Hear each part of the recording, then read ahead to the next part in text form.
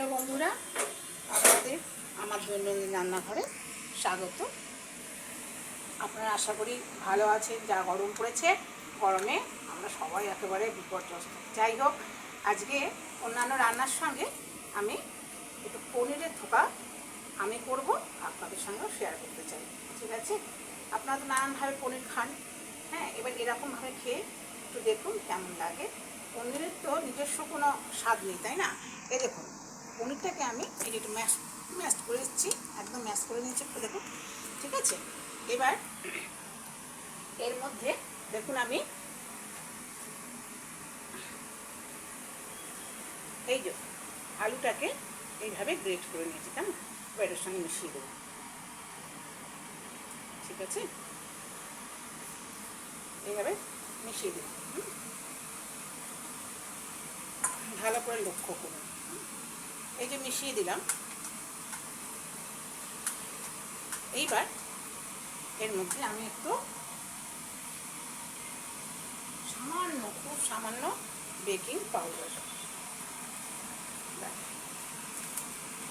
সামান্য একটু, খুব সামান্য, আমি হাতে করে নিয়ে দেখাচ্ছি যাতে বুঝতে সুবিধা হয়। ঠিক আছে, খুব সামান্য, এই দেখুন। ঠিক আছে, হয়ে গেল। সামান্য ফোলার জন্য, ঠিক আছে। আর একটু ক্রাঞ্চি হওয়ার জন্য খাবার সোডা 1 চিমটি, ব্যাস। ঠিক আছে, হয়ে গেল। আচ্ছা, এবার সামান্য নুন, মিষ্টি ইত্যাদি দিতে হবে। এই দেখুন, এইটা অনুযায়ী যার যেমন সেই অনুযায়ী জানেন নুন দেবেন, সামান্য নুন দিয়ে কিন্তু সমানে ভালো করে মাখতে থাকবেন। যত মাখবেন তত জিনিসটা ভালো হবে। আচ্ছা, এইবার এটার মধ্যে একটু চিনি,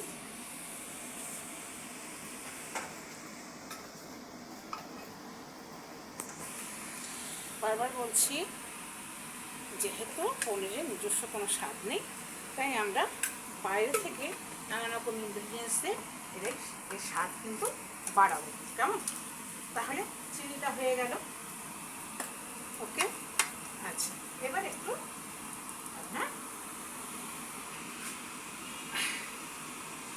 মরিচ গুঁড়ো, ঠিক আছে, ঝালের জন্য সামান্য ঝাল লাগবে, তো সেই জন্য একটু মরিচ গুঁড়ো।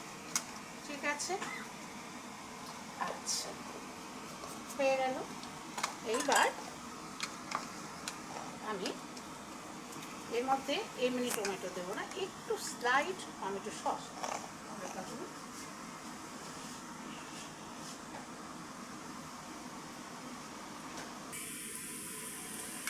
এবার দেখুন, এখানে অল্প একটু টমেটো সস, সামান্য, বেশি দেবেন না কিন্তু, কেন? হয়ে গেল। আচ্ছা, দেখুন, এটা কিন্তু সবসময় একটু মেখে যেতে হবে, ভালো করে মেখে গেলে জিনিসটা সুন্দর হবে। আর এবারে লাস্টে একটু কর্নফ্লাওয়ার বাইন্ডিংয়ের জন্য, কেমন? এই যে একটু কর্নফ্লাওয়ার প্রয়োজন অনুযায়ী দেবেন আর কি, আপনি যতটা করবেন ততটা, আমি যতটা করছি ততটা। এটা আপনি মাখতে মাখতেই বুঝতে পারবেন যে কতটা হলে ভালো হবে, কেমন? আচ্ছা,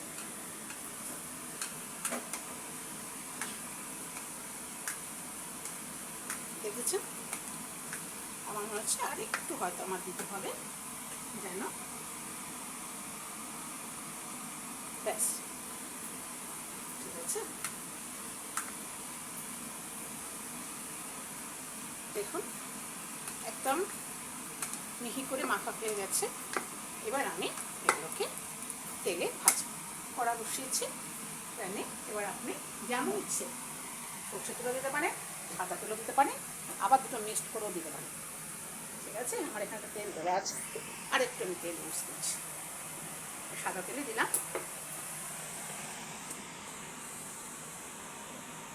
এবার আপনি এটার আকারটা আপনার পছন্দ মতো দিতে পারেন। ঠিক আছে, আমি একটু এইভাবে চ্যাপটা চ্যাপটা করে করছি। হাতে একটু তেল মেখে নিতে পারেন, না মাখলেও হয়ে যায়, এটা ছেড়ে গেছে যেহেতু। আচ্ছা, এই দেখুন আপনি এইভাবে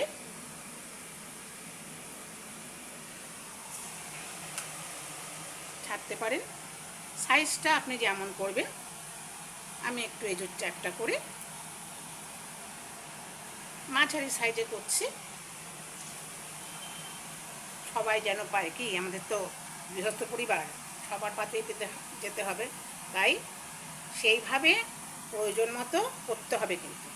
ঠিক আছে, তাহলে এইভাবে ভেজে আমি এক্ষুনি ফিরে আসছি। বন্ধুরা এই দেখুন, এই যে ধোকা আকারে সবকটা পনির ভেজে নিয়েছি, কেমন। এবার আমি এখানে টমেটো, আপনার ক্যাপসিকাম, আদা, লঙ্কা, কেমন, এইগুলো আমি মিক্সিতে পেস্ট করে নিচ্ছি। দেখা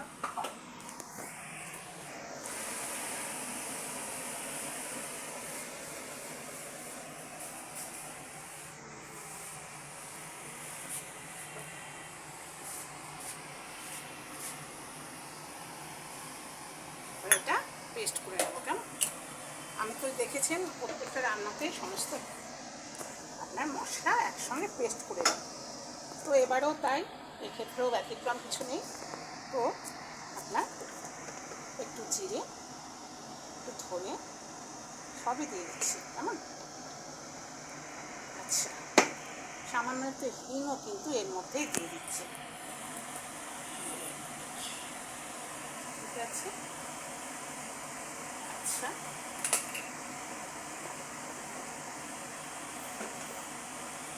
জিরেও দিয়ে দিলাম, ঠিক আছে। যাতে সুন্দরভাবে হয় সেজন্য গুঁড়োটাও কিন্তু এখানে দিয়ে দিচ্ছি, লক্ষ্য করুন। আর আমি এমনি লাল শুকনো লঙ্কার থেকে আমি গ্রিন চিলিটাই, মানে কাঁচা লঙ্কাটাই পছন্দ করি, ঠিক আছে। তাহলে এবার আমরা এটাকে পেস্ট করে নেব, কেমন। আচ্ছা, একসঙ্গে মশলাটা সম্পূর্ণ রকমভাবে মিশে যায়, তাতে কিন্তু আপনার জিনিসটা খেতে খুবই ভালো হয়।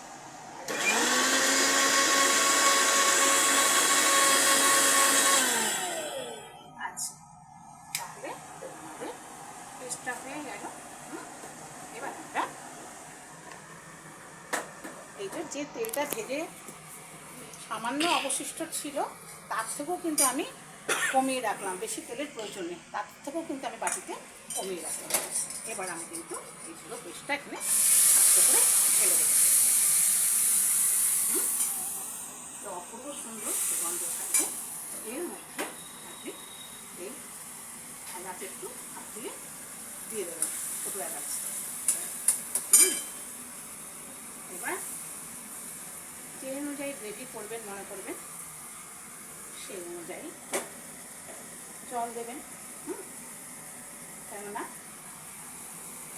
আপনার এই ধোকা আকারে করা পনিরগুলো এর মধ্যে আপনার মিশে যাবে, তো না, একটু তো আবার গ্রেভি না থাকলে খেতে ভালো লাগবে না। এবার এই অনুযায়ী একটু নুন, ঠিক আছে, এই নুন, সামান্য মিষ্টি, ঠিক আছে, সামান্য মিষ্টি।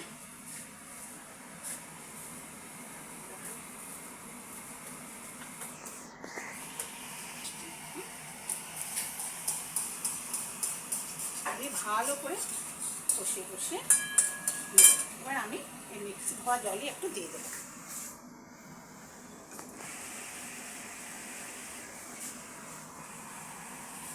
মিক্সি ধোয়া জলই একটু দিয়ে দিচ্ছি আমি।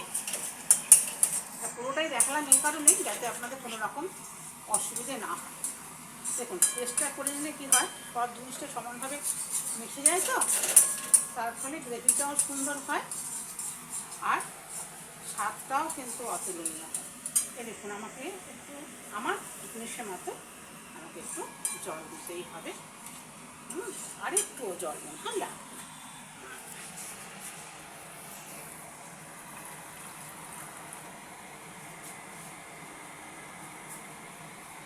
বারবার বলছি প্রয়োজন মতো, কেমন? এই যে দিয়ে দেন, এইভাবে করে দেখুন অপূর্ব সুন্দর খেতে হয়। শুধু পরিমাণটা ঠিক করে দেবেন আর পেস্টটাও যেন খুব সুন্দর মিহি মতো হয়, তা না হলে কিন্তু ছেড়ে যাবে। আমি তো আপনাদের সামনে সব করে দেখালাম এই জন্যই, যাতে আপনাদের মনে হয় যে আমি কিছু ফাঁক দিলাম। আপনাদের সামনেই কীভাবে কী করেছি দেখিয়ে দিয়েছি, আর আমার যে জিনিসটা ভাঙেনি সেটাও তো দেখতে পাচ্ছেন। তাহলে এভাবেই করে দেখবেন, জিনিসটা যেন সুন্দর হয়।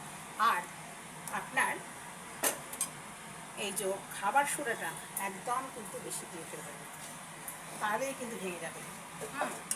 তাহলে খাবার সোডাটা খুব কম দেবেন, বেকিং পাউডারটা খুবই কম, একটু ফোলার জন্য সামান্য। আর একটু প্রয়োজন মতো কর্নফ্লাওয়ারটা ব্যবহার করবেন। কেন না, এখানে তো আমরা ময়দা বা আপনার বেসন কিছু ব্যবহার করছি না, সেই জন্যই আর কি আপনাকে বলছি যে কর্নফ্লাওয়ারটা একটু ব্যবহার করতে। তাহলে হবে কি, আর খেতেও ভালো লাগবে। যেহেতু এটা পনির, এর মধ্যে বেসন দিবি না, বেসন দিলে যদি বাইন্ডিং করতে বেসন দিই, সেই পনিরের স্বাদটা কিন্তু আর পাওয়া যাবে না। পনিরে যখনই আপনি চিনি, আপনার টক, আপনি টমেটো দিয়েও দিতে পারেন, টমেটো সসও দিতে পারেন।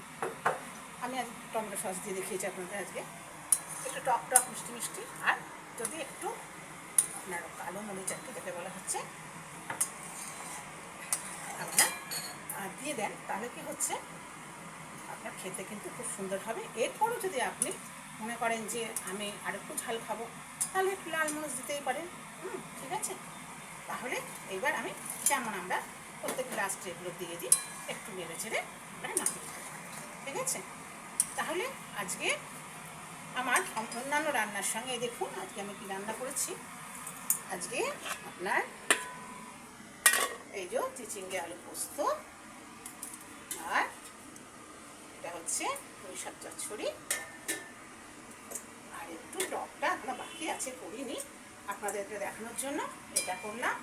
আর আপনাদের কি বলেছি আমি, একটু যেমন দই আর কি মনে নেই নিশ্চয়, আর হচ্ছে তিল বাটা।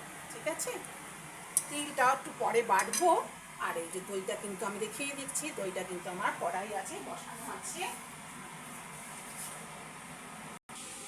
আর এই যে দই বসিয়েছি, এই দই খাওয়া একটু পড়ে যতটুকু রয়েছে। আর এই যে বাড়িতে টক দই বসানো হয়ে গেছে। তাহলে এইভাবে কিন্তু আপনারা দৈনন্দিন রান্নাঘরে এইভাবে যদি আপনারা খান, আপনার নিজেদেরও ভালো রাখবে আর অন্যকেও খাবার সুযোগ করে দেবেন। তাহলে আজকের মতো বন্ধুরা আসছি, টাটা। ভগবানের কাছে আপনাদের সর্বাঙ্গীন মঙ্গল কামনা করে আজকের ভিডিও শেষ করছি।